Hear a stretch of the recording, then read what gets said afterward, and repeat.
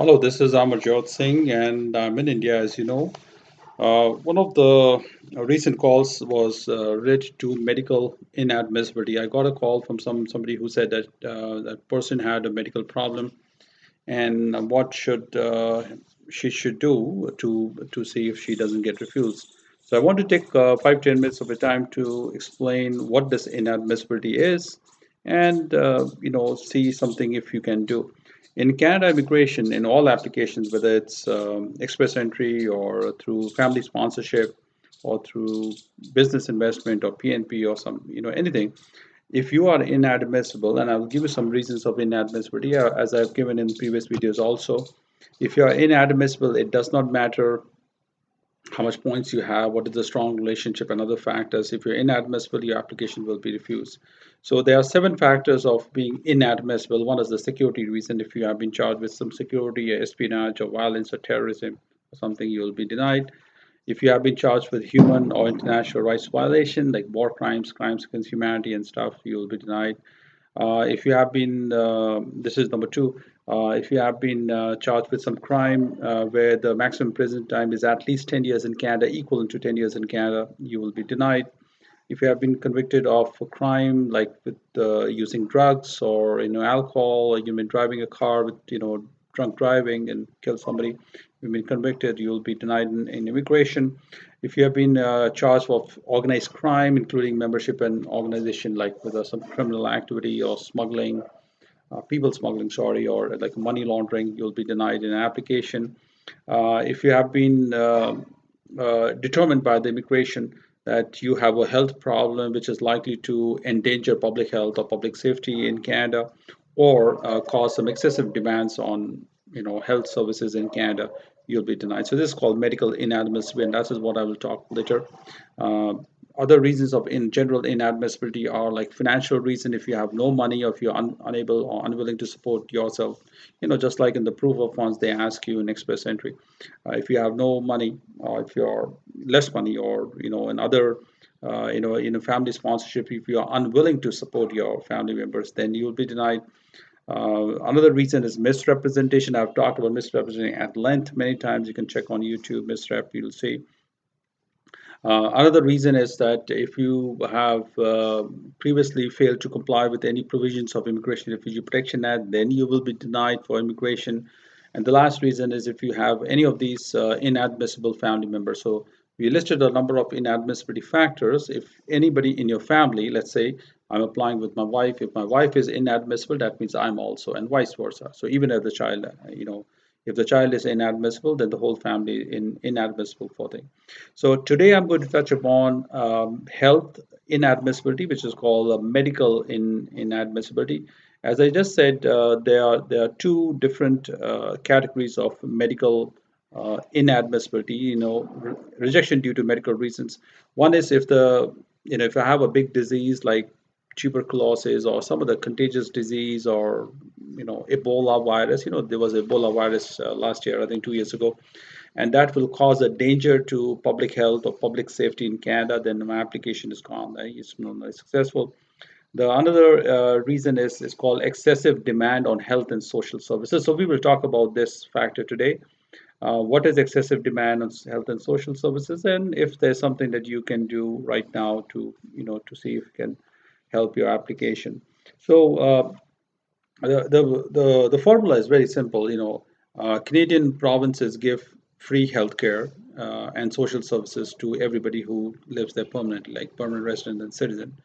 And they have a determined formula on that the average cost per year per person is something like this. So that's the figure. If your disease or health condition exceeds that cost, so that means your demand on health services and social services is excessive beyond a certain formula, you will be denied. So, for example, if you have some disease like kidney disease, or you have a dialysis long term, or maybe a legal blindness or a deafness, or autism of children, they require constant social services, health services for life. If there's a brain disease or intellectual brain disease or something, or even psychiatric diseases that will require constant and long-term and lifelong attention to your problem, that is excessive demand. They determine that the demand is excessive. So the formula is right now, and the formula keeps changing every year. The formula right now is $6,655 per year, and this is what they see. They look at your so typically, when you are applying from overseas, you do the medical, and the medical test goes to the High Commission embassy there, and the regional medical officer looks at what is your medical problem, what is the anticipated cost of medical and drugs and services in Canada for this problem. If they think it's more than 6,655 per year, and they think that you are, your medical problem is far excessive than an average Canadian living in Canada. So that's the basic thing. What I wanted to emphasize is that if you are applying for express entry, for example, especially for express entry, uh, and you know that you have a medical problem, it is better to contact a panel physician or doctor with registered with Canada, and you can find them on the CIC website, and then go and talk to them first in advance before doing any application.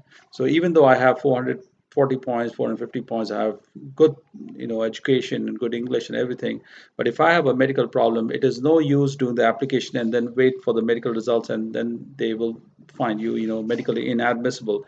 You should go to the panel physician first, and then talk to them privately. Look, they are not doing your medical for you, like official medical for you, but you can talk to them privately and see if they can help you out in giving their own personal opinion on whether your condition is likely to be medically inadmissible or not.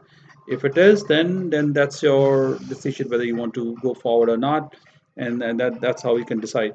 There are a lot of ways. If you have already done your application, and you have been already determined as medically inadmissible, there are a lot of ways you can challenge that condition, and then you can appeal your medical inadmissibility problem.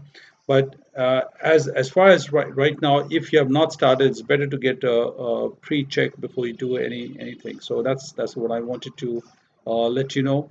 You can go to the CIC website and read a lot about what is the procedure, how it goes. They give you a procedure fairness, and they ask you to submit more documents if you have a concrete plan. When you go to Canada, can you meet those expenses?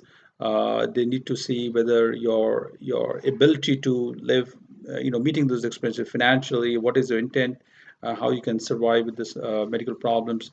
They need to see your plan, whether it's in detail, is a credible plan or viable plan.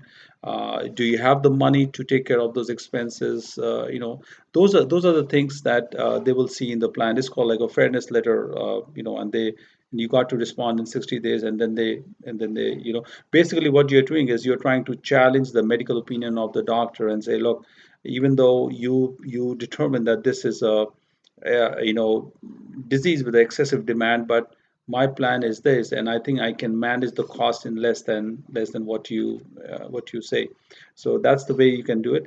There are other options. You can, if everything fails, you can do a humanitarian compassionate appeal for like a temporary resident permit, for example, based on there's a very successful case where there was an entrepreneur. I think his name is Hilowitz, and he was bringing a lot of money. He was investing coming on investor class, and his child had autism.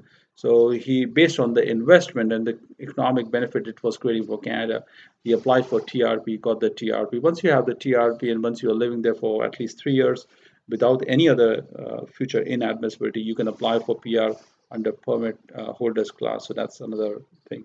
So I just wanted to talk to you briefly about this, and there's of course a lot of things to go in detail once we have a specific case. But for now, if you have a medical problem, you need to go and talk to the panel physician, like the Canadian government registered doctors in your city, and then talk to them and see if your plan, your medical, problem is likely to be excessive demand or not. All right, so that's all I have to say.